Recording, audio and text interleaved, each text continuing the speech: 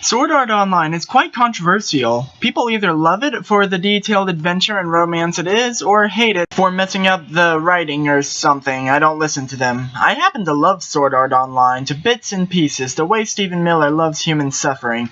So when I heard of Sword Art Online Alternative GGO, that's a rather long name, I'm just going to call it GGO. So when I heard about GGO, I was rather excited. If you've already seen Season 2 of Sword Art Online, then you know the in-game setting of dark gritty world that Kyun decided to play in, not for reasons as dramatic as Sinon's, but because she wanted to feel what it would be like to be shorter and cuter, because she thinks she's too tall and too plain.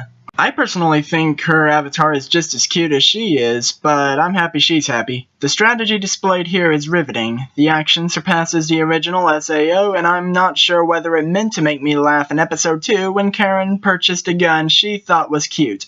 I'm a cuteness enthusiast. I cannot look at a multitude of guns and pick which is cutest, but like I said earlier, that's just me. I can't go very deep into the plot at all, because then I would have to spoil something that happens pretty early on. Suffice it to say, she learns the game, makes friends, competes in battle royales. So let's move on to my complaints. Starting with the betrayal in episode 5, betrayal scenes only cause shock if a character has any development to begin with, and as it was, this was the first development the guy doing the betraying received. Also in regards to episode 5.5, there are more natural ways to show the crazy person's true nature, as opposed to having said person run a commentary at the previous episode. However, it makes up for these mishaps in episode 6 when I found myself joyously psychoanalyzing both of these Looney Tunes. The girl wanted to play the death game that was the original Sword Art Online simply because it could kill her, and she could kill in turn. And the guy somehow loves her. Also, the guy is a masochist, the other is highly abusive. It's a match made in a psych ward. Even Karen seems to have unexplored issues.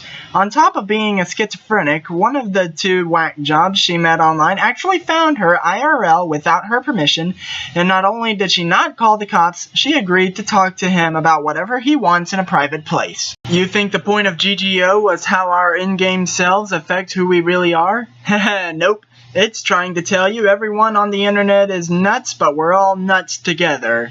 I'm going to go ahead and give my conclusions on the series, because for my last point I need to spoil. GGO is as good as SAO. GGO has far superior fights and strategies, while SAO has a romance, and one I consider legendary, as well as better music and a way of controlling the viewer's emotions that I've only seen a few times. GGO has the bigger brain, SAO has the bigger heart, and quite frankly more satisfying endings, and here's where the spoilers come out.